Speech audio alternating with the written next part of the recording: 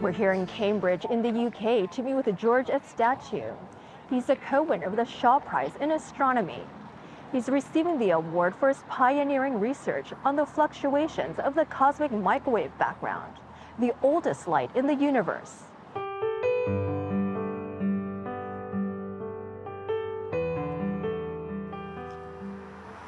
On this summer day in Cambridge, astronomer George Efstathiou takes his 1970s vintage car for a spin in the neighborhood. It's a small little MG sports car, classic British sports car, and it's a lot of fun. So that's one of the things that I really like to do. And he also really likes to study old things from when the universe was formed. His interest in astronomy began at a young age. As a young child, like many children, I would ask questions of, what are we, why are we here? And then you look at the night sky and you ask questions about, the universe, where does it end, and so on. When he was 10 years old, he discovered a picture of the Hale telescope in a children's encyclopedia. It was the largest telescope of its time. I was amazed that people were building this enormous telescope with a mirror that was 5 meters in diameter to study the universe. And that was, for a little kid, that was inspirational. And so I have a copy of a Porter print in the office here at work, and a similar one in my study at home. And that's a permanent reminder to me of why I'm doing astronomy and cosmology. A child of Greek Cypriot immigrants, George received a bachelor's degree in physics from the University of Oxford and a PhD in astronomy from Durham University in the UK. Then he was a postdoctoral fellow at the University of California, Berkeley in the US in 1979. That's where he met John Richard Bond, or Dick, the Shaw Prize co-winner. I regard Dick more like a sort of brother than a fellow scientist, because our relationship was so close.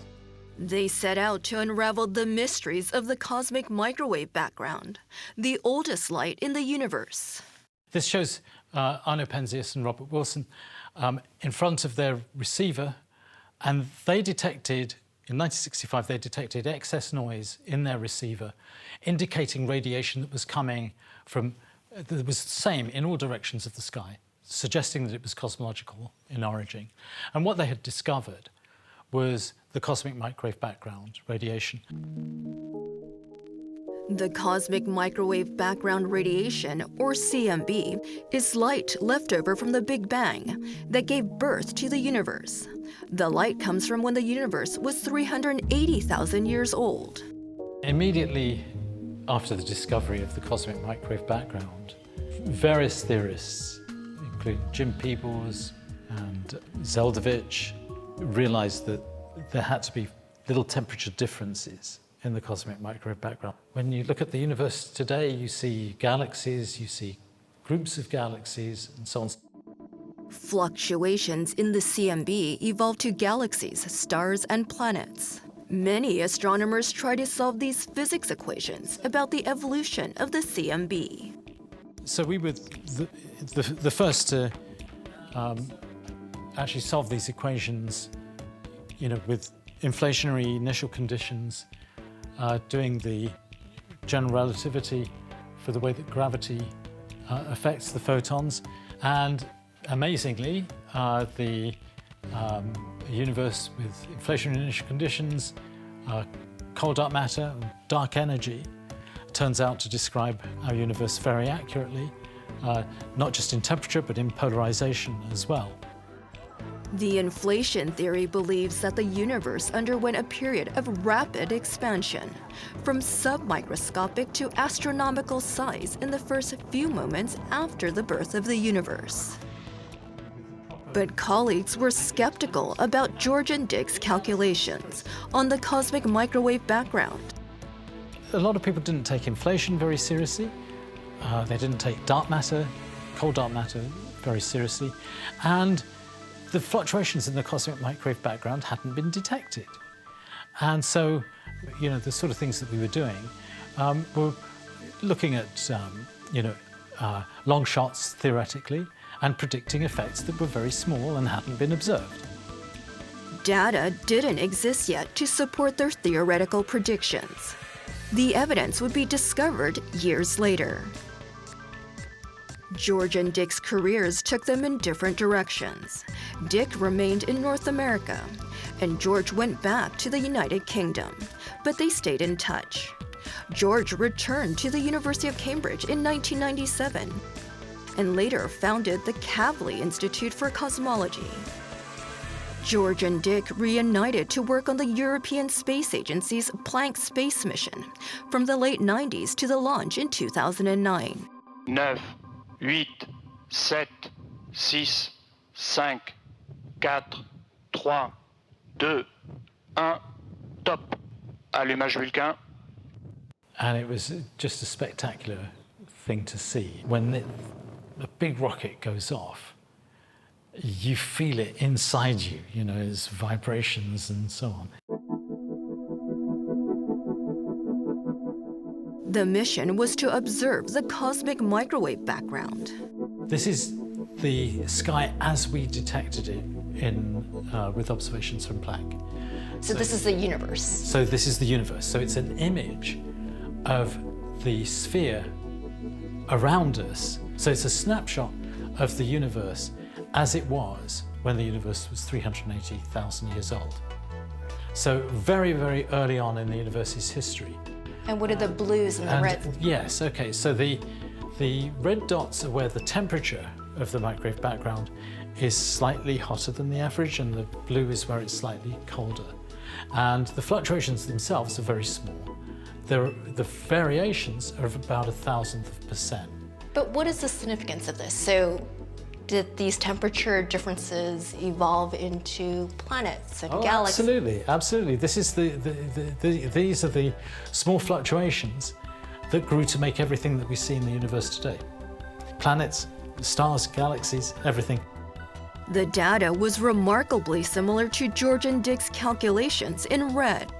The red here are theoretical predictions based on inflation, cold dark matter, and dark energy. And the blue dots here are the measurements from the Planck satellite. And you can see that the blue dots here are in perfect agreement with the theory, which is really remarkable. And it's actually quite rare in physics that we get theory and experiment in such good agreement. Calculations that we did are exactly what the universe is like, and have been verified to high precision, including the polarization of the cosmic microwave background. So you know, I think we were lucky. His graduate students said George was more than just lucky. He has great intuition. And that sort of intuitive understanding, just really understanding the physics better than anyone else working on the problem at the time, along with Dick Bond, I think was the real advantage that gave them the sort of skills to be able to go on and produce this work. ED at 2.6 sigma. Stephen Grattan is an astronomy professor at the University of Cambridge. He says George's work on the cosmic microwave background helps to answer the big questions in life. George's work and George's contribution to this endeavour has been really important and really helped the field understand the universe. Being like, how old is the universe? What's going to happen in the far future? The answers fit what is now known as a standard cosmological model of the universe, or the Lambda CDM model. Age 13.8 billion years. Geometry flat. Composition 5% ordinary matter, 27% cool dark matter, 68% dark energy. But there's still a lot more work to be done. Scientists are scrambling to figure out what cold dark matter and dark energy are. Back home, George likes to host friends and family for barbecues in his backyard. Years earlier, George met his wife Yvonne, a librarian, at a formal dinner in Oxford. And so I thought he was quite interesting. I thought he was quite handsome. And we started chatting, and that was it. It's a bit sad, actually. They moved to Cambridge and bought this house almost 3 decades ago. Happy kids. And they have 2 sons. So it was a lot of my mum doing the stuff of like taking us to school, taking care of us, whereas my dad, for as much as he can like work on a satellite, would struggle to use like a washing machine or anything. But now, the kids are grown up, and I do the lion's share of looking after the dog. So it's true. It's true. So there's, you know, things evolve. Wow. George is retired from the University of Cambridge now, and he's excited about the new chapter of his life. When you've got the freedom to do whatever you want to do, the thing that really I love to do is to solve problems. So, and that's not going to change. So I'm going to be solving problems until I die. When we return, we'll meet the co-recipient of the Shaw Prize in Astronomy in Canada. Stay with us.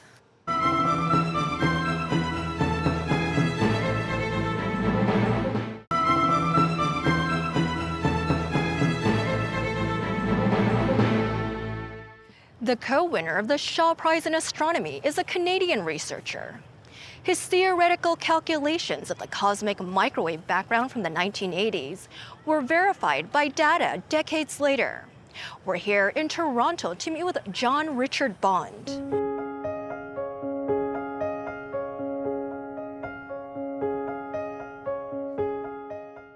John Richard Bond, astronomy professor, University of Toronto, Canada.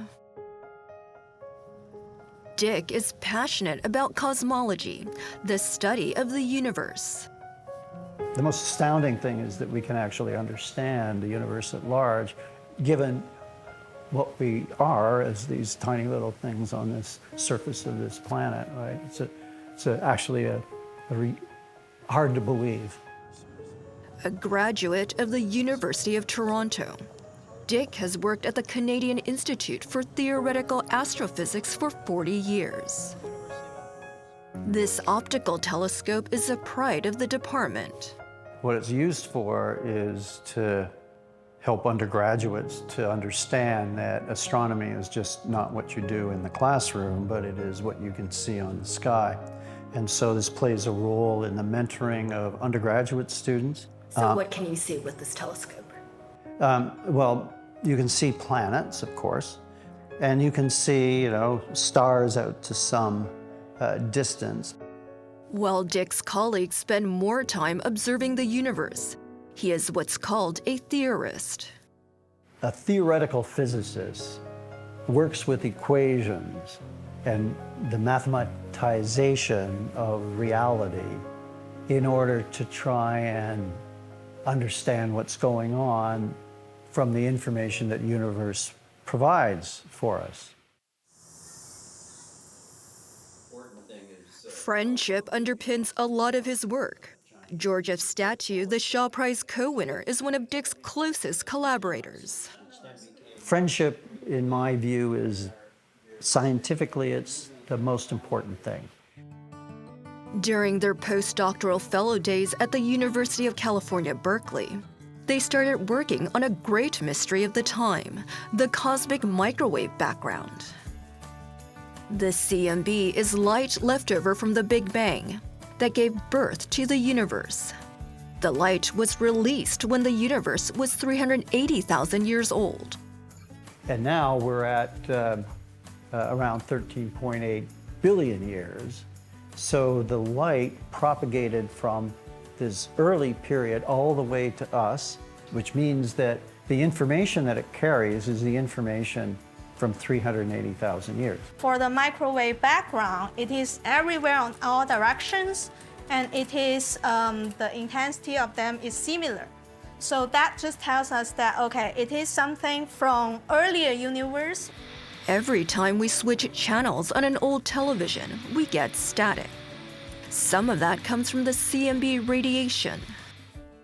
Dick and George tackled how structures like galaxies, stars, and planets are formed in the universe from decoding the information in the cosmic microwave background. They were fascinated by what's called dark matter. It is what's essentially holding the galaxy together. This is our galaxy, the Milky Way. There is this big halo of dark matter which surrounds this and essentially gravitationally holds the whole thing together. And what was shown, in fact, Peebles played a role in this, that if you didn't have something like that, you would not be able to have a stable set of spiral arms. Dick and George were interested in dark matter's relationship with the CMB. And the issue was, what was the nature of that dark matter and what influence did that have on the formation of structure in the universe, and what was its impact on the microwave background? They developed a computer code with the different elements of the early universe, including dark matter, from before 380,000 years to the present day. The calculations we did was essentially that transport from way back when to now, and saying that if you looked at the microwave background, you would see this element that had information about what happened at 380,000 years. So it was essentially evolving the entire universe. We were the first ones to really put the whole story together that covered all of the different scales of size of the universe. Dick and George's first major calculations on the CMB were published in a paper in 1984, but it would take years for the evidence to be discovered to support their predictions. In the following years, many ground, balloon, and space experiments were made to find out more information on the cosmic microwave background. This beach ball shows results from the WMAP satellite mission in the early 2000s. So it's showing the way the universe looked at 380,000 years after the Big Bang. This red thing is the plane of our galaxy with lots of emissions. This is what we did with the Planck satellite. This is higher resolution and more accurate than this. Planck was the European Space Agency's space mission from the late 90s to the early 2000s. What has stunned astronomers is the accuracy of the results. They match Dick and George's calculations closely. Everything else has come in one after the other in terms of what we said should be there. And so that's, it's satisfying, obviously. We were dealing with the theory of the universe, which we didn't know how it was going to work out. And that it worked out to be this relatively simple theory is remarkable. Modern computer programs used to interpret the experimental results are based almost entirely on the physics developed by Dick and George. Dick and his colleagues at the Canadian Institute for Theoretical Astrophysics, or CITA, came up with a theory of the cosmic web, which explains the structure of the universe. Fluctuations in the dark matter create clusters of galaxies. Between two clusters is a filament, and along the filament are galaxies. The dark matter clusters. And what that means is that something that started out as little fluctuations, they become big fluctuations.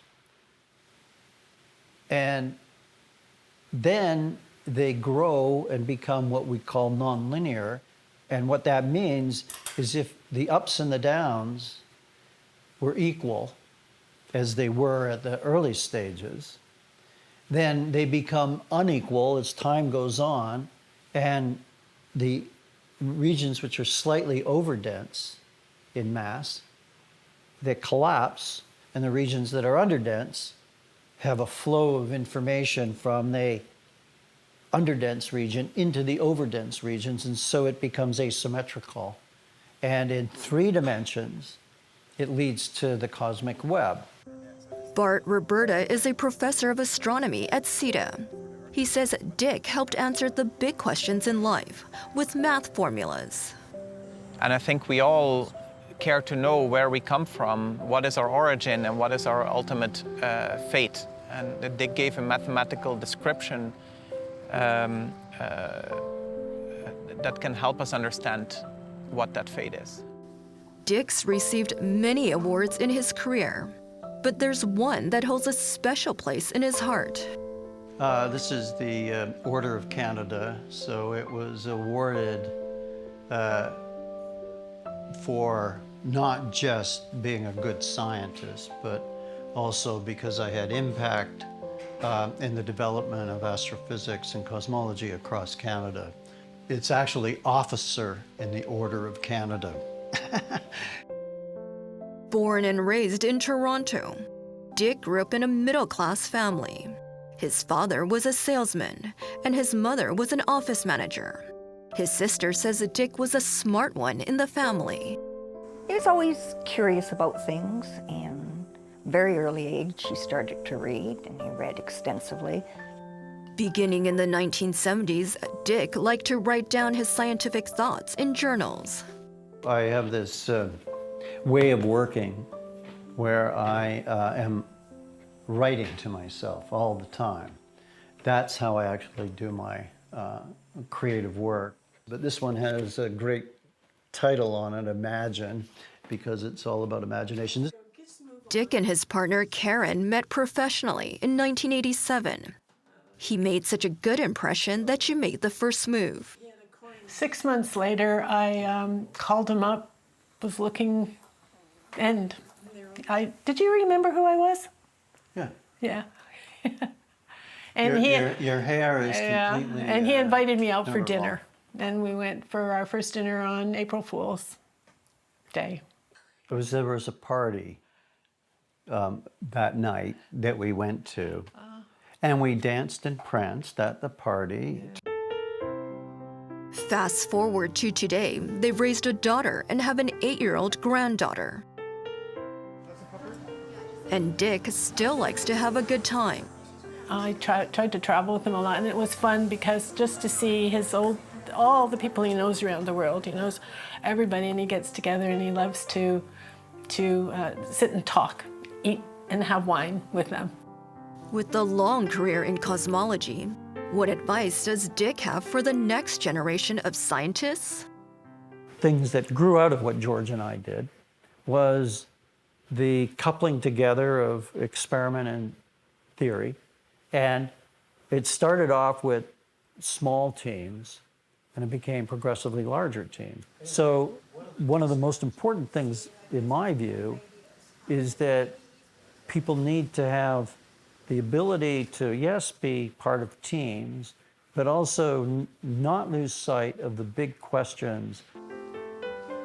Join us next week for more of the Shaw Prize Special 2025 and meet the winners of the Life Science and Medicine and Mathematical Sciences Awards, plus a laureate in Beijing.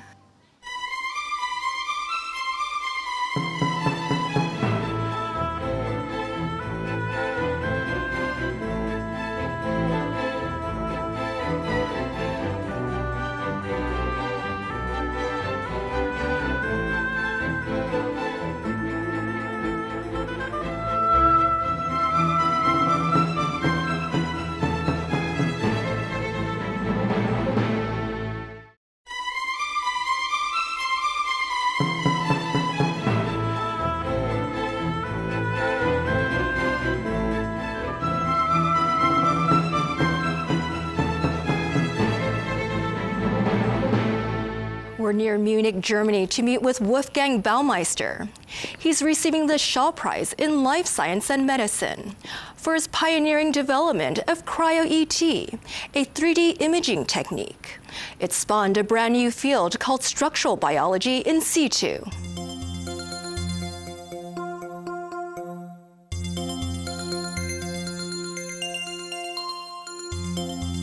The Max Planck Institute of Biochemistry, Martinsried, Germany. Wolfgang Baumeister has worked at the institute for more than 40 years. He is a structural biologist. He fell in love with science when he was a child. I found it to be fun to find out things that were unknown. I think it's the fun of being able to make discoveries. He had a natural talent for research. When he was a teenager, he spent 3 years working on a project about plant ecology. The outcome of that study was then, at the end of my grammar school time, published as a little booklet, and I think it won me a couple of awards from the German Association of Biologists, etc. I noticed that I enjoyed doing this kind of little research projects at the time, and I think the success kind of reinforced in me the idea that science is something I would be happy to do for the rest of my life. Wolfgang received a bachelor's degree in biology, chemistry, and physics, and a PhD in biophysics. He joined the Max Planck Institute of Biochemistry in 1983. He developed what's called cryogenic electron tomography, or cryo-ET, a three-dimensional imaging technique of frozen biological samples, which makes it possible to see how molecules interact in a cell. It all began with an idea.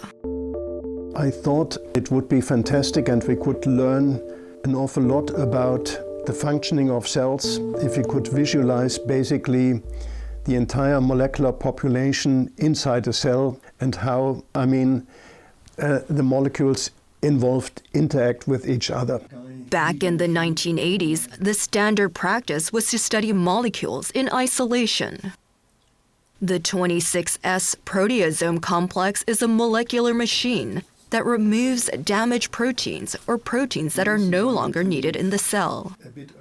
This molecule there, the 26S proteasome, we studied in isolation, and it became clear that it is a very dynamic structure. I thought it would be great if we could look at the molecule in its functional environment, and the functional environment is the intact cell. So that was starting with that. But the science community didn't take his idea seriously. There was disbelief, there was, a great deal of skepticism. Some made jokes saying, it's difficult enough to study the structure of a molecule in isolation, and you want to do it now in the very crowded environment of the cell, where I think there are billions of molecules sitting together, very densely packed. Wolfgang had to overcome many obstacles to develop the technology. An electron microscope uses an electron beam to capture two-dimensional images of the specimen. In cryo-ET, the 2D images are taken from multiple angles. You put these images into the computer and you make a superposition that is then a three-dimensional structure of the object you are studying. The 3D image is what's called a tomogram. This shows a virus. On the left-hand side you see, a normal two-dimensional projection that was before tomography. And you see, it looks, because of the thickness and superposition of many features, it's looked pretty blurred. There's not much detail to recognize. After multiple 2D images are merged, this is a representation of the 3D tomogram. The benefit of this image is what? It's the first time, we get a complete structure of this, of herpes simplex virus. And the information can be used to develop drugs to stop the virus.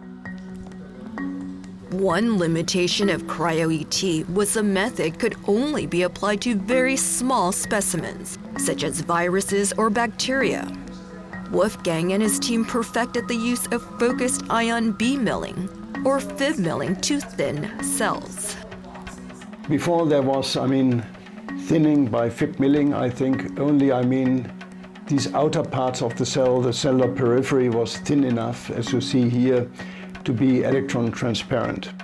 Now that we have FIB milling and we can do thinning, I think even these parts, which otherwise remain completely dark and invisible, can be investigated by tomography. Now we can study the cell in its entirety. Wolfgang and his team also developed template matching. Once new tomograms are obtained, it's compared to a database of information to identify the molecule. We see something, but we don't know what it is.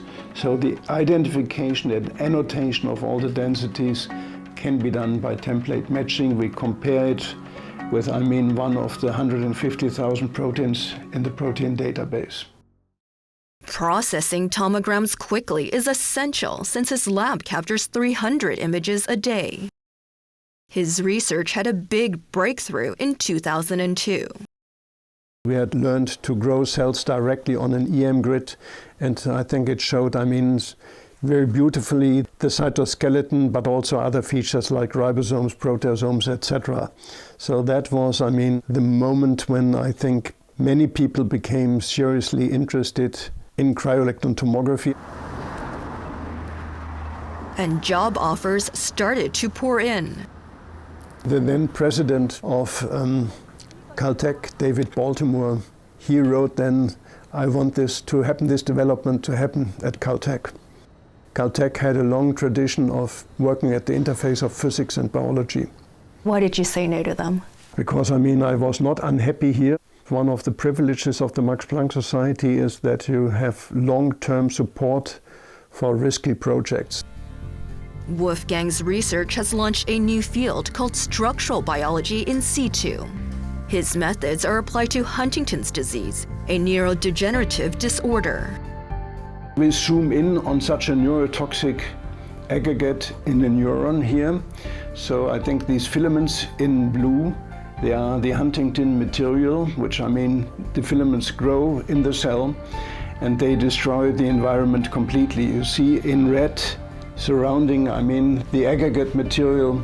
This is the endoplasmic reticulum, which is more or less completely destructed, because whenever these fibrils of Huntington touch a membrane, I think the membrane is destroyed. Drugs can be developed to treat the disease. If you know how a molecule interacts with another molecule in the cell, then you can see or find ways of blocking that interaction, and I think there's a lot of potential. Nowadays, he's receiving more invitations from pharmaceutical companies to share about cryo-ET and the potential for drug discovery. Ulrich Hardo is a director at the Institute and has collaborated with Wolfgang over the decades. What I most admire about Wolfgang is how he has persevered in this desire to develop this new technology of cryo-electron tomography, which has taken him a very long time, I would say, for which he has taken enormous risks also, because there was no guarantee that eventually he would be able to drive it to that stage where it is now, where it can be used by a large number of laboratories around the world. Jürgen Plitzko was a senior scientist in Wolfgang's lab and helped him to develop cryo-ET. He's a little bit shy from the spotlight. What he really cares for and where he also draws his fulfillment is the success in science and when he can tackle the truth. Recently, Uda Schutz has been working on a plant biology project with Wolfgang. Baumeister is a mentor that allows people a lot of room to explore. Of course, he likes to guide research in a certain direction, but he really allows people to pursue their own interests. When Wolfgang goes home, he wants to relax. He has built a substantial collection of modern art over the years. It's an art piece from an artist, his name was John Reed. It's a kind of memory from our time in Cambridge. There's always some special memory with each of these pieces associated. He and his wife Gudrun enjoy art and culture together. They met years earlier at a dance hall. I didn't like that evening. I didn't like the people there. And then I was just leaving, and he asked me for the last dance. So we met. The last dance turned into more than 50 years of married life, and they have a daughter.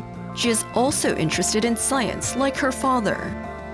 I encouraged to move then into the medical sciences. She did a very serious PhD or MD thesis, and she is specialized as a neurologist and also on palliative care. As for Wolfgang's career, he plans to shut down his lab in Germany by the end of the year because he's retiring from the institute, and he will spend more time with his team in Shanghai. Basically, in China, every bigger university is trying to establish cryo-ET. And so Shanghai Tech recruited me as the director of the cryo-ET center. So I think there has been progress all the time. When we come back, we'll meet the winner of the Shaw Prize in Mathematical Sciences in Beijing. Stay with us.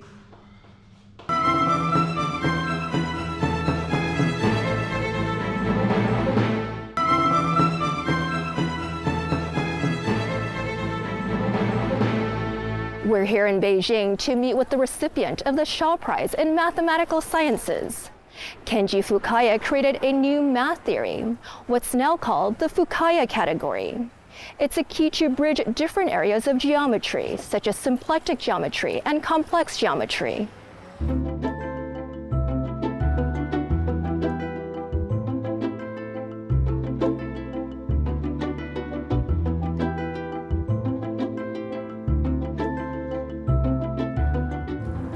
On a cool autumn day in September, Kenji Fukaya rides his bike to work. It's kind of maybe healthy, and the only problem here is in China there are too many bicycles and too many motorbikes, so it's a bit dangerous, and I became a bit nervous. But yeah, in general I like it. Yeah. Kenji is adjusting to life in Beijing.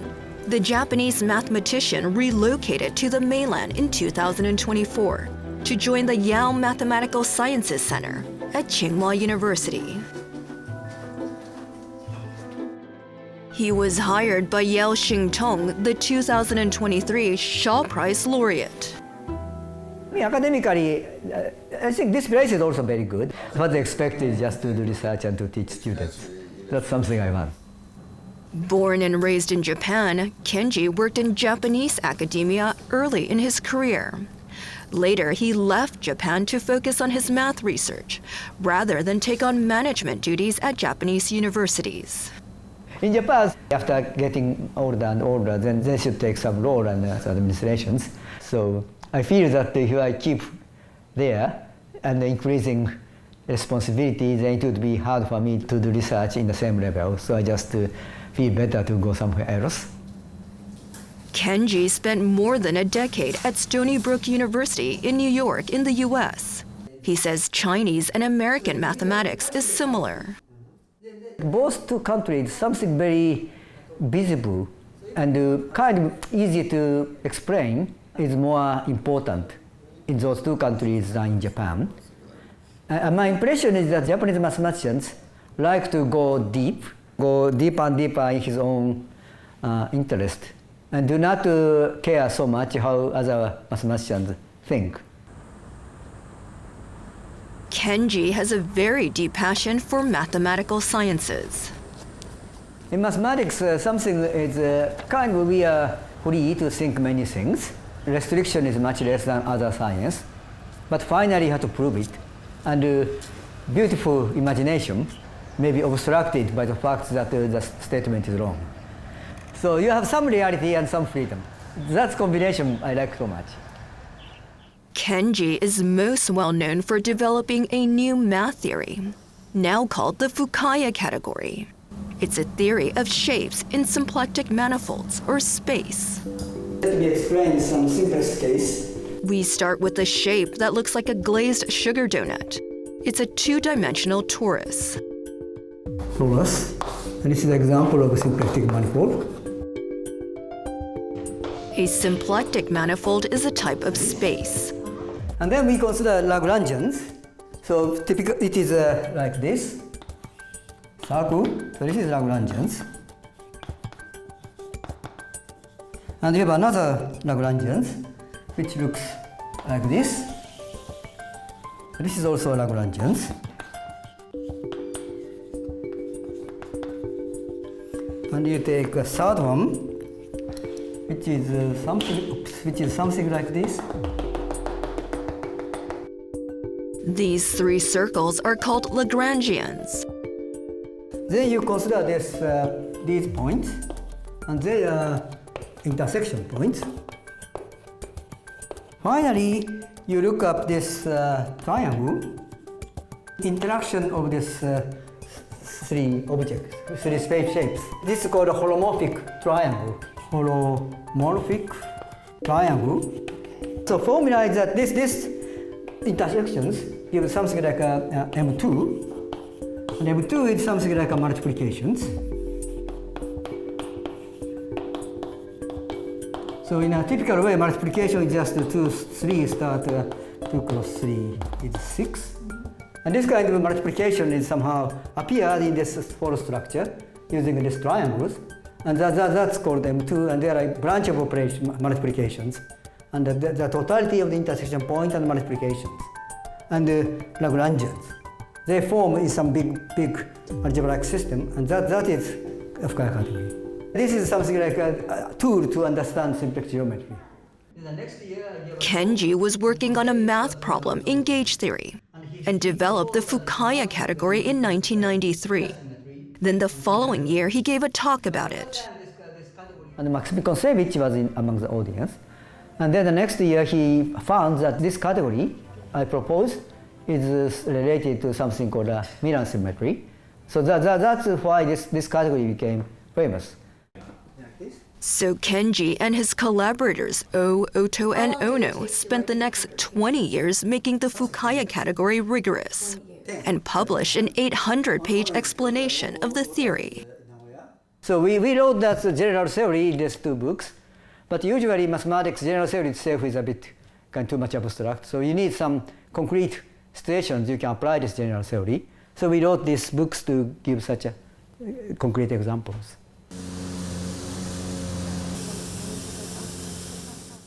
We are in Berlin to meet with the chair of the selection committee for the Shaw Prize in Mathematical Sciences. She says Kenji Fukaya's work has influenced many different aspects of mathematics. Hélène Henault has led the Mathematical Sciences Selection Committee for 4 years. This year, it received more than 90 nominations for the prize from around the world.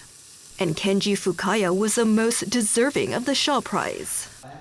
Fukaya made a really extremely important contribution to the study of the so-called symplectic manifolds. He gave absolutely new tools to try, which are coming from algebra, which aim to understand the structure of those manifolds.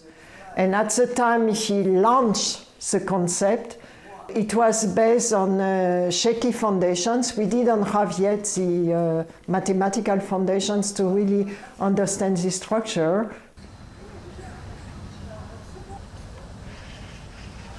Basically, China, people like Italian roast, right? Yeah. Back in Beijing, Yuan Heng was Kenji's graduate student in the US, and now a colleague in the mainland. He admires Kenji.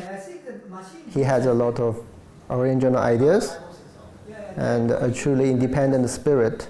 He doesn't chase fashions, but to follow his own vision. And he shared a lot of great ideas which influence many areas of mathematics. We have some zero-dimensional things. Wu Haoyu is a teaching assistant for one of Kenji's courses. Wu says Kenji is one of the greatest mathematicians in the world of geometry. He created a piece of a world of geometry.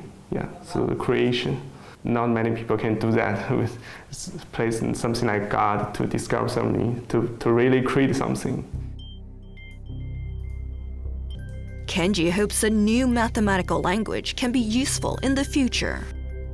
To create something in science, people need some notions or concepts to explain the things they are studying.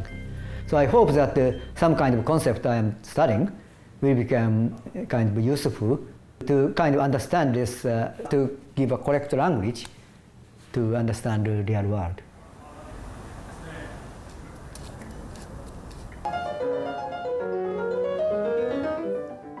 Outside of the office, Kenji likes to go home and listen to classical music and drink baijiu. For this modern classical music, it's very much abstract kind of thing. So you just kind of sit down, relax, it's not so. But then after more times, then maybe I feel more relaxed with music. He has a lifelong passion for reading. These books are from his grammar school days. So these three books are scientific fictions, which I read in my early days, like maybe sometime in the middle school. While I was in elementary school, when I asked some book to buy, that's only things that my parents always say yes. If I want to buy something else, then they say no, but books are always okay. And so in that way, I just started reading.